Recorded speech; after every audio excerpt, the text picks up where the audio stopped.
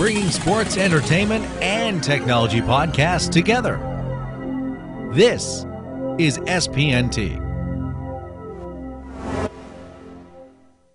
Irish Impact is brought to you by Stitcher Smart Radio. Download the Stitcher Smart Radio app today at stitcher.com/SPNT. What's happening, Irish faithful? It is Irish Impact, lucky number 7, episode number 7 here on the podcast. We're glad you could join us. Irish moving to 5-0 on the year with a big 41-3 thumping of the Miami Hurricanes. Sorry we missed you last week. I was out of town traveling for work, but we're glad we're back and better than ever here on Irish Impact. Joined alongside my tag team partner, Kevin Werner, who was at the game. What's happening, Kev? How you been? Nick, good to be back. Irish Impact. Yes, I was at the game in Chicago. Kudos to the Windy City of Chicago. Great setup there at Soldier Field and a great performance by the Irish in the 41-3 victory. Soldier Field, very impressive, and when you got that kind of football on the field, it's even more impressive. It was I did not see it coming. I honestly thought Miami would pose a much bigger threat than they did. I thought that Notre Dame would win, but to win like they did was just I'm shocked, and to continue to see the way this defense has played week in and week out, I'm just stunned. Yeah, I mean, going into the ball game, Notre Dame was a 2-touchdown favorite. I thought at the time it was a little high. I did think they'd win the ball game. I had no idea they'd do it in the fashion they did with a 41-3 just domination. But, the defense has really proved it's not a fluke. They are for real now. We're going in, no touchdowns allowed since the Purdue game. That is amazing to just fathom that. And no rushing touchdowns allowed all season so far. Let's hope that streak continues this week as the Irish are home. And College Game Day will be in South Bend this week as the Irish host the Stanford Cardinal, the Andrew Luckless Stanford Cardinal, who are flirting with some games over the last couple of weeks, games they should win easily, and they're not. They are winning them, ultimately, but still they're struggling with some opponents that they maybe shouldn't. Just a reminder, you can email us at irishimpact@spnt.tv. You can also follow us on Twitter. We are at Irish Impact. Looking forward to talking to Brian Hamilton of the Chicago Tribune here in just a couple minutes to recap the Miami game and to look ahead at what seems to be a treacherous, it's tough to say, treacherous stretch for the Notre Dame Fighting Irish here in a couple weeks. This weekend, obviously, they got Stanford. BYU could be a trap game, but you never know how that will play out. We'll get into that and a whole bunch more here on the podcast. All right, so Kev, you were there at Soldier Field. Mm-hmm. Tell us about your experience. Well, I mean, went into town, met up with my brother in South Bend where he lives, and we drove into Chicago, met up with some friends there. Then we tailgated a little bit out by the field and hit up the game, and it was just a great atmosphere. I mean, it was in Chicago, neutral site. Miami traveled a lot better than I thought they would, especially up north here to Chicago where it was colder, but it was ultimately a Notre Dame home atmosphere. The band was playing. They had taken a lot of the Bear stuff was out of the stadium. The end zones each said Notre Dame, gold trim, and you could really get the atmosphere like it was a home game for the Irish. And the crowd showed up, and the Irish clearly showed up, dominating Miami. I mean, Miami, a team everyone was concerned about coming into the ball game, had piled up 1,200 yards in its last 2 games offensively. Notre Dame shut them down to just 285. And other than the opening drive of the ball game where 2 passes were dropped that clearly would have been touchdowns by Philip Dorsett of the Hurricanes. Whoops. Opening play, there was a real whoa in the stadium where the ball just went right through the guy's hands. That was going the other way from where I sat in a corner of the end zone.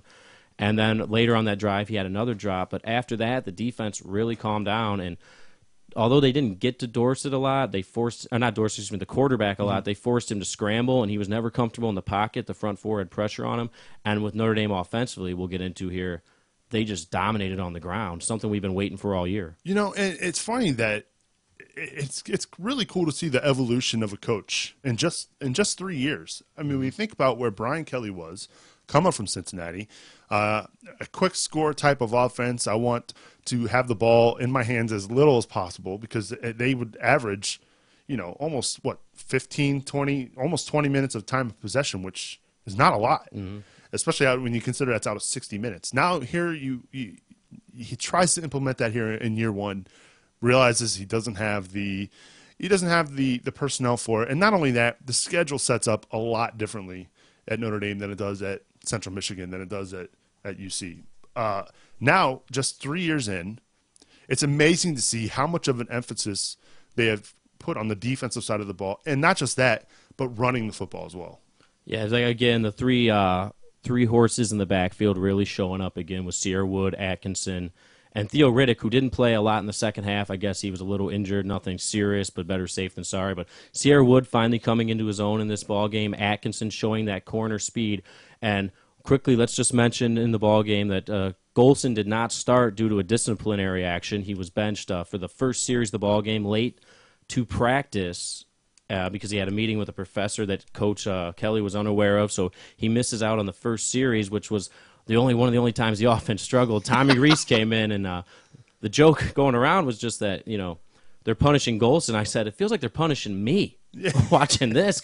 Reese comes out, almost gets a receiver's head knocked off throwing a crossing route. They go 3 and out, send out the punt team. Punter gets roughed. Very questionable. Roughing call, we'll take it.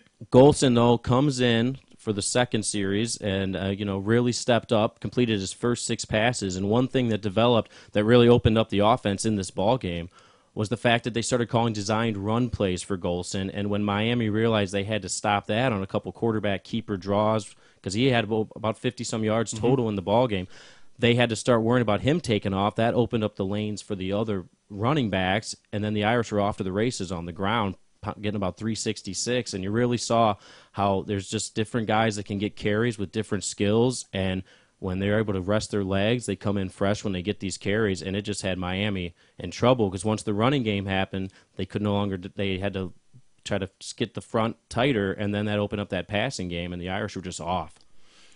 It's like when you look at the two schools, and when I think of Miami, I think of the early 2000s where they were just dominant, and where were they dominant? They were dominant up front.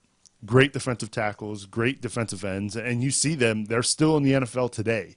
That's how good of a defense they had in those years. And you could never run the football against Miami like that. Never. And to run it down their throat like we did was just simply amazing to me. And to rush for 300 yards against to me, and I know it's not the same team. I know it's not the same Miami of years past, but still, the fact that we see Notre Dame, and even more remarkable about this, Kev, is Golson is 17 of 22 for 186 yards. 17 passes he completed for not even 200 yards. That's a very small average. Yeah, he came in, completed his first 6, and the first incompletion was the only ill-timed play they really ran because they tried to do a fade route into the end zone where early on they settled for a field goal because they did a fade route to Toma, who's a shorter receiver, and you wouldn't expect him to run that kind of play. That's something you set up for Eifert. But talking about the rushing game, credit where credit's due. Atkinson, 10 carries, 123. Wood, 18 for $118 and 2 scores. Atkinson also had a touchdown. Golson, 6 for 51. And then Cam McDaniel came in late in the ballgame when Tommy Reese was in for relief just to kind of kill the clock when the Irish ended up running the ball. McDaniel, 11 for 55 and a score. And on that final drive, he had only about they ran about 2 plays, and they just kept swapping it out, and they still couldn't stop him right down the field. Pretty amazing. And we've talked about it, the evolution of a coach and Brian Kelly in year 1 to where he is at now. Seeing the amount of defense being applied in these games is just remarkable. We'd love to hear your thoughts, though, so make sure you email us at irishimpact@spnt.tv. Joining us now here on Irish Impact, he's from the Chicago Tribune. Brian Hamilton covers Notre Dame football. Brian, hey, thanks for joining us here on Irish Impact. No problem, guys. How are you? We're doing well. So were you surprised at 41-3 Saturday night? I was not surprised at an Irish win. I caught some flack from Miami fans when I had sort of tweeted that or written that it was kind of a lock game for the Irish. I didn't like the matchup for Miami in that game at all. 41-3. A little surprised. I thought that Miami would have a little more success in the pass game, but at the end of the day, I still think they had the ball. It was obviously still a game at halftime, but when you don't have the ball, you really can't do much at all offensively, no matter how good Stephen Morris is. I think he's a nice quarterback. I think it's pretty impressive that Notre Dame was able to shut Miami down, whether they sort of shut them down by just keeping the ball away, by running, or whether they shut them down by just playing really good defense. Either way, it's still when you and we were talking about this earlier on the show, Brian. The evolution of a coach and Coach Kelly, a guy who comes in heralded for his offense and his high power offenses, and now seeing what he's doing with the schedule that Notre Dame plays, emphasizing running the football and playing tremendous defense. I honestly can't tell you the last time I've seen an Irish defense this dominant. Yeah, I mean, I haven't seen one since I've been covering them starting in 2007, but I don't know that it's even really an evolution. And I'm not just parroting what Brian Kelly said all along the way, because I'm pretty sure that I might even been the one to ask him at his first press conference what his priorities were, trying to see what he would say about playing defense. And I think at his first press conference, he said, if you're going to be a national championship contender, if you're going to be a regular BCS contender, you have to play elite level defense. So he didn't. It certainly wasn't that he wasn't paying lip service to it, obviously, because they have gone out to try and become that, and they have implemented a plan, obviously, that's gotten to them to that level already. So I don't know if it's really evolution. That seemed to be plan A right from the start, was to try and get really good defensively and get the players in that make you really good defensively. Brian, Kevin Werner here. Offensively for the Irish, it seems like the longer we get and deeper into the season we go, the playbook's opening up a little, and Golson, we're seeing some more confidence. This weekend, we finally saw some designed runs with him, and that really opened up the playbook. Do you think it's just going to keep expanding as we go?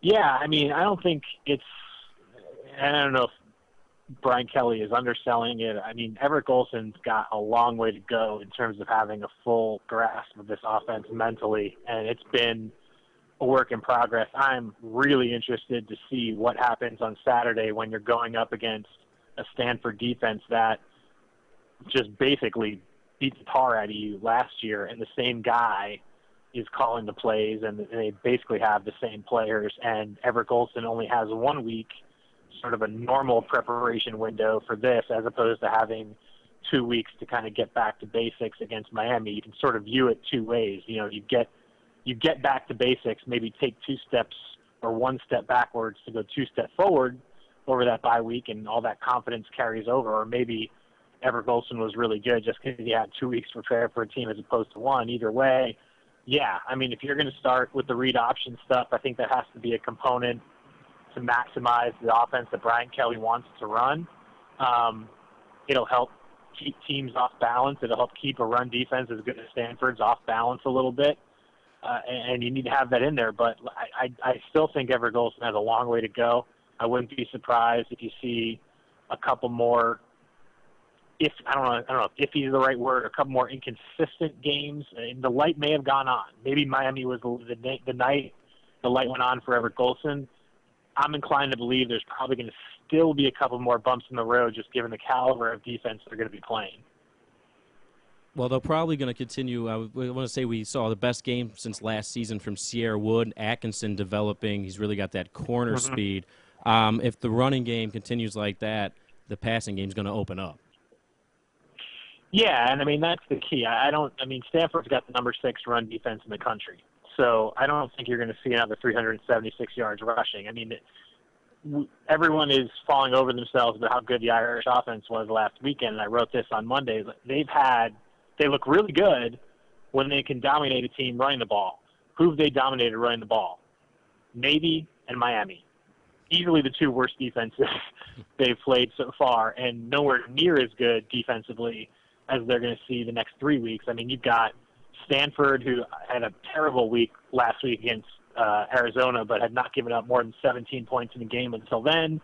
You've got BYU and Oklahoma, which going into this weekend are the number 3 and number 19 scoring defenses in the country. So are you going to get another 376 yards on the ground against Stanford? I mean, if you do, that might be the greatest rushing performance I've ever seen in my life, considering the level of defense. So, yeah, I mean, it makes it a lot easier when you run the ball that well. I'm interested to see how well they can run the ball against the defenses they're going to be coming up next few weeks. We're talking to Brian Hamilton from the Chicago Tribune here on Irish Impact. And, Brian, the one thing that we've touched on here early on in the season, and we saw with a lot of losses as far as the secondary goes due to injury, but really you would think it would have been a liability early on, especially, and it showed a little bit in that Miami game. Fortunately, there were a couple of huge drops in that game, which may have changed the entire tone of the ball game. But really, the secondary has, I would say, they've held up pretty well. I would say that too. I mean, they're certainly helped by the fact that the front seven is as good as they are.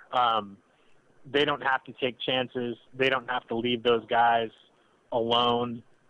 They can, as Brian Kelly has basically admitted all this. They're not inclined to let those guys hang out to dry. They want to give them as much help as possible to make sure they don't give up the big plays, because not giving up big plays is basically one of the top 2 or 3 tenets of this defense as a philosophy. So if you didn't have as good a play as you're getting in the front seven, things might be a little more exposed, but I don't think that front seven is going to get any worse. So you're probably going to see some pretty, respectable, solid, winning secondary play from here on out. As long as things don't collapse up front, you don't get a few injuries, because those guys seem pretty stout. I don't see any of those guys getting worse. Notre Dame started the season unranked, a little off the radar. Some people said they were down. Now here we are, ranked 7th. College game day coming to South Bend. Number 17, Stanford, coming in. How is Coach Kelly keeping these guys grounded and going week by week with this tough schedule? Yeah, I think that's it. I mean, I'm not in the meeting rooms, and I'm only going by what he's saying, but I don't believe he has any reason to approach it any differently. I don't know how you could sit there and talk to your team about having championship aspirations. I don't see how you could talk to your team about BCS aspirations and not inflict distraction upon them. I think what he's saying he's doing is probably what he's doing, which is, hey, listen, congratulations on all your success, but if you dwell on that, if you want to ride that, you're going to get beat on Saturday, and it's not going to matter anymore. I mean, I think that's sort of just coaching 101, is keep these guys focused and on task and just narrow their sight line as much as possible. That's, I think, what any coach would do in this situation. I think that's the only thing you can do in this situation, because it's just different at Notre Dame. I mean, it's just one of those programs where when things start going well, the tsunami of hype just rolls right in, and it's like a sight to behold. I mean, and you add on to the fact that it's just been a while since Notre Dame has had this much promise and has had this promising a season. So, yeah, I mean, the only thing to do is just to try and convince these guys to keep their ears shut and just kind of focus on the task at hand. I think that's easier said than done. I mean, I'm not sure I've covered a team with more hype going into a game than this game, and it's maybe like the third best team on the schedule. Like when they're playing Oklahoma, I can't even imagine if they're undefeated going into Oklahoma what that's going to be like. That will be a crazy game, and there's that big monster of a game at the end of the year as well that that Irish fans are looking forward to as well. We're talking to Brian Hamilton of the Chicago Tribune. Brian, we'll get you out of here on this. Can you give us a prediction for the Stanford game this weekend? Yeah, I can't, because I honestly don't know.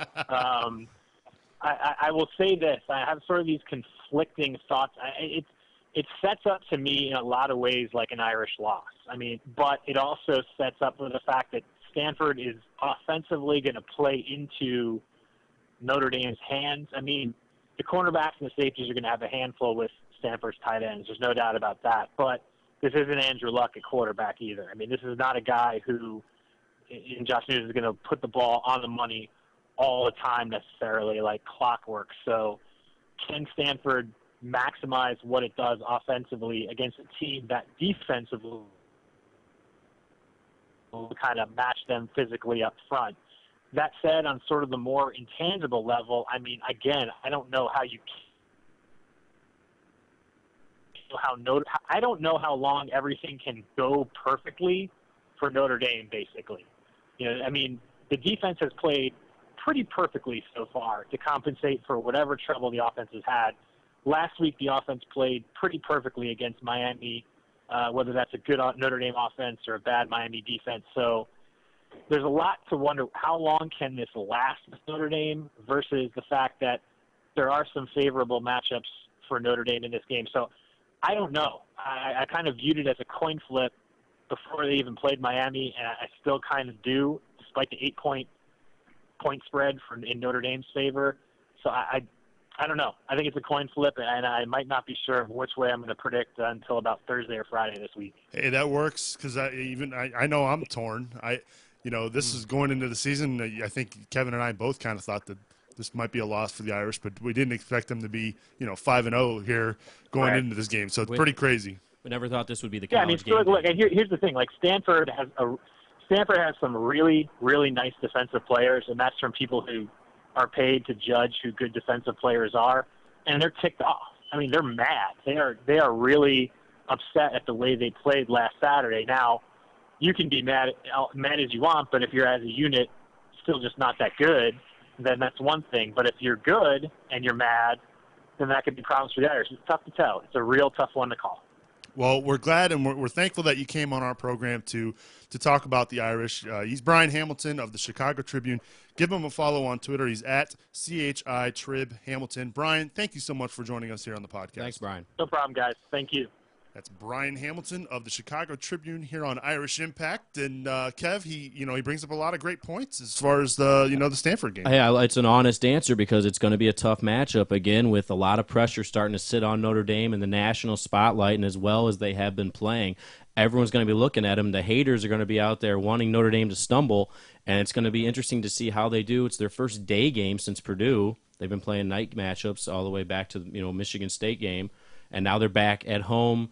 And we're going to see what they can do. I mean, like I said, the game at Soldier Field felt like a home game, but it still was a neutral site in Chicago. But now they'll be back in Notre Dame Stadium, and it's really going to be a challenge because now everyone was worried about Miami passing game. Stanford has a better passing game, and we'll see if Notre Dame's defense can step up because they have been playing really out of their minds. And someone's going to probably be able to move the ball, you would have to think, with this tough schedule with the Oklahomas and the USCs and then Stanford coming in this weekend. But so far they played so well, it's hard to doubt them.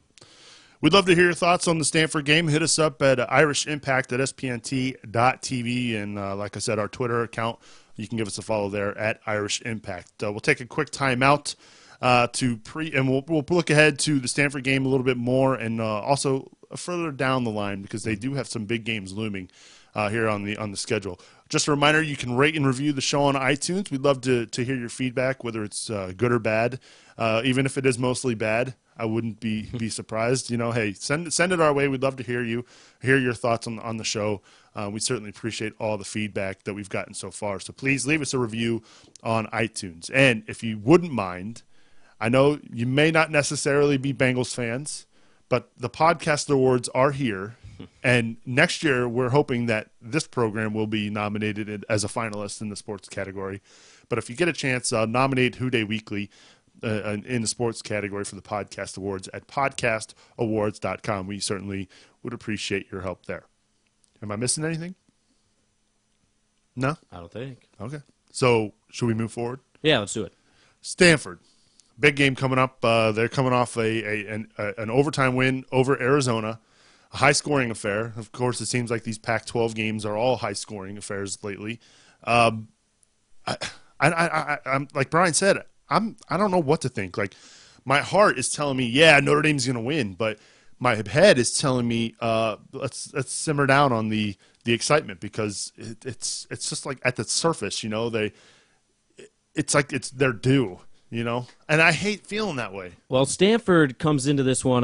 They're 4-1. They're one loss to Washington 2 weeks ago, 17-13. But every game they played to the level of their opponent, other than their big win over Duke early on in the season, which was a blowout. But, every other game's been 6 or less points, so it seems like they played down to the level of their competition. The games are tight, and I would expect the same thing on Saturday. It's going to be how Notre Dame offensively has to just be able to take care of the football. Against Miami, the biggest number you see on the stat sheet is Notre Dame had the ball for nearly 40 minutes of the ball game, and the other team can't score when they don't have the pigskin. And if the Irish can do that again, they have to be able to work in the running game with Riddick, Wood, Atkinson, and then Golson too, and then they have to be able to find their receivers on the outside and get the tight ends involved. It was nice to see Eifert get more involved against Miami definitely. Because he's such a talent that they need to utilize him as much as possible, and he was kind of absent there for most of September just because he was so covered and every team zeroed in on him. But if the running game's effective, they have to break down in some single coverage, and even if they continue to double him, other guys will get open, and it's about Golson being accurate and making good decisions And we saw he can do that last week, and we'll see how he can continue to advance his ball game. Well, you know he's going to be able to throw the football. I mean, you don't give up, 48 points, by being able to stop the pass. So I'm thinking that Golson's going to be able to go downfield against this Stanford team. Now, they may not be able to run the football like they did against Miami. Stanford does have a pretty stout run defense that we know of. I mean, who knows? But they will have to establish some sort of running game in order to open up the offense. It's not going to be the 300 plus. You can't expect that, but it has to be consistent enough that you can open up the other parts of your offense. If they force Golson to throw and they know it's coming, it's going to be more difficult for them. So, in other words, we are expecting huge games out of Toma, T.J. Jones. I think Eifert will have to step up too. Sure. He's got. I mean, I know it's difficult for him because everyone zeroes in on him, but he's going to have to be able to somehow shake some guys and get open. Because when a young quarterback, he's the guy he's leaning on. We can always go back to this, and it's up to him to be able to. Because if he can start making some catches, that opens up the other guys that you already mentioned. Yeah, and again, and Brian mentioned this too, that running the football is going right into the strength of that Stanford defense. Now, the offensive line has played pretty well of late. Clearly, to rush for 300 yards, you've got to do something well up front. But we saw what happened against Purdue when they couldn't run the football. It was a close game. Mm-hmm. They had to fight to the end. We had to have Tommy Rees come in and bail us out.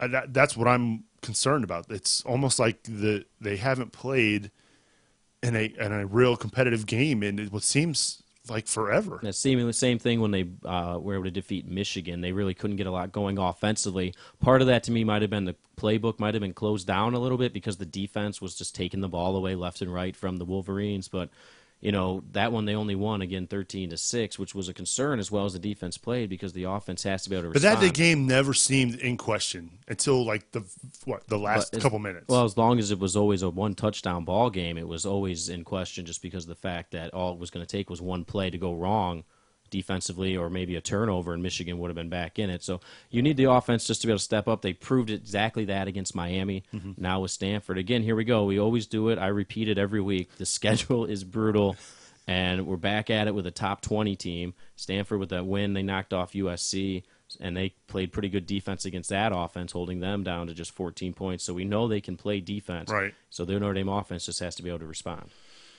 And then we look at the Notre Dame defense, a unit that has not given up a touchdown since the Purdue game. A team that, again, we're a team that we haven't trailed all season. Only team in FBS football to not trail. Bizarre to even think that was remotely possible in South Bend. Well, it helps when you don't give up touchdowns. It helped, and you're not turning the ball over like they did a year ago, which is amazing how that works. Still, not giving up a rushing touchdown this year. Mm-hmm. And we know that's kind of Stanford's bread and butter. Run the football and use the play action with your tight ends and your receivers. So would you say let's do our bold predictions again. Sure. Which team will have more rushing yards? I'll take the Irish. Really? I think so. I think Woods coming into his own finally from what we saw a year ago. We've been waiting for it. I know T-Bone in the chat room has been waiting for it since week 2. So I think he looked very good last week. A little bit of that confidence is back. Atkinson showed that corner speed. That was very impressive live, by the way. When he got to the edge, they just couldn't catch him. And again, Theo Riddick is pretty consistent as long as he's healthy. Again, missed most of the second half last week. But I'll take the Irish on the ground in this one for more rushing yards. Is that really a bold prediction, though? I'm trying to think of something bold, because last time we did this, I nailed it, Yeah. I'll say that the Notre Dame holds Stanford under 100 yards rushing. You think so? They come into the ball game averaging about a $155. So to hold them under 100, maybe not so bold. Yeah. I'll say under 80. That's kind of bold. That is pretty bold for anybody. So I'll say under 80 yards they hold them, because they're going to be keying in on that this week on defense. Now the question is, are they going to be able to stop them through the air? Well, I think it comes down to what they did successfully against the Hurricanes was the front seven. With the pressure they were putting in the backfield, the quarterback had to scramble, never really got set up in the pocket, had to throw on the run. I mean, that kind of thing can take a guy off his game if they can do that against the Cardinal. One thing I was disappointed with, they weren't able to get to the quarterback a lot against Miami, but he was a little more mobile. Mm-hmm. But a couple sacks, maybe a fumble forced. I expect the front four to play pretty big. So I'm saying under 80 yards rushing. Give us a score prediction. I'm going home team. Irish keep rolling. I mean, I think it's going to be a close ball game. It's going to be not in score like Michigan, but in kind of just tight back and forth. And I'll say Notre Dame 28-20. Any chance this becomes a shootout like the Stanford Arizona score? I don't think so. I don't think that's what Coach Kelly wants. I think he's all about the ball control. If Notre Dame's moving the ball, they're going to be able to milk the clock like they did a week ago. Keep Stanford's offense off the field. Their best defense. I mean, as the defense is as awesome as it is, I think when they're not on the field, right, that's also when they're at their best. I'm going to say, because I'm just trying to think of the last time when they went up against Michigan, who by the way plays pretty good defense, only managed 13 points with all those turnovers. By the way. Mm-hmm. I'll say Irish win 17-14 with a field goal at the buzzer. So you think it's very tight like the Purdue game? Yeah. Okay. 17-14 with Breeze leading the drive down the field to. You think Tommy comes back? I think Tommy comes in. Well, he led the drive that closed the Miami game. Led the drive that closed the Purdue game. Yeah, and Michigan. Yeah, I mean, hey, he's the closer. You know, Kelly's coming out to the mound and calling the righty. I think Golson for a change might actually. I mean, last week the reason he came out was because the lead was so big. I think he plays the whole game. There's my bold prediction. Bold prediction that Golson plays every snap. Yeah. Interesting. Well, we'd love to hear your bold predictions. Hit us up on email, irishimpact@spnt.tv. We've got a couple more minutes left here, Kev. Let's look ahead. I know we don't like doing that. That's the coach speaking us. But let's look ahead to the rest of the schedule. They've got BYU, then Oklahoma. That OU game is going to be, unless I'm missing one in there. No, that's right. So BYU, Oklahoma. And then after that, they've got some very winnable games. And then they go USC. home versus Pitt, at Boston College, home versus Wake Forest, the last home game, and then out to Southern Cal to finish the season. So let's just say this. They win this weekend. There's a fantastic chance now at a BCS Bowl, at minimum. Granted, as long as they take care of their business and win the games they're supposed to win, you're going to see them in a BCS Bowl. They're going to finish the year 10-2. And if they win this weekend, expect them to possibly move into the top 5 as well. For a team that was unranked to begin the year, that is just remarkable. Mm-hmm. I'm so ecstatic. It's great to finally see this from our Irish. Feels like forever.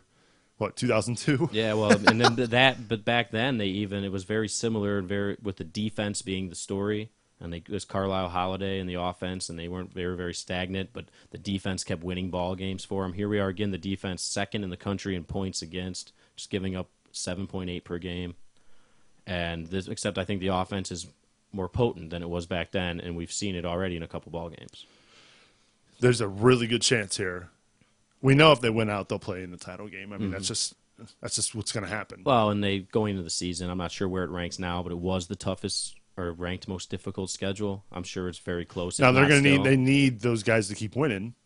I know strength of schedule is not really a factor like it used to be, but it is in the human element that that Michigan win doesn't look so great. That Michigan State win doesn't look so great. The Big Ten is really down. Even the Purdue win probably doesn't look very good right now. If they were able to take care of business on Saturday, and then they were able to take care of business moving forward, including at Oklahoma and a road game at USC, that's right there enough for strength of schedule. Yeah. It should be interesting. I can't wait. It's been a lot of fun watching Notre Dame football for the first time since. It's been a long time. I don't know. I couldn't tell you the last time And it's great having the talent they have. Again, the defense is just completely stepped up. Monte Teo is in his own world now. There's a background Heisman Trophy talk. I was just going to ask you, do you think he has a chance? I don't think so, just because they don't usually give it to a defensive guy. When even the 1 year Ndamukong Suh was dominant, finished as a runner-up. Charles Woodson won it defensively, but he also returned kicks and special teams. So he played offense. Yeah, he played a couple times at receiver. So I just don't see it, but I can see him becoming a finalist.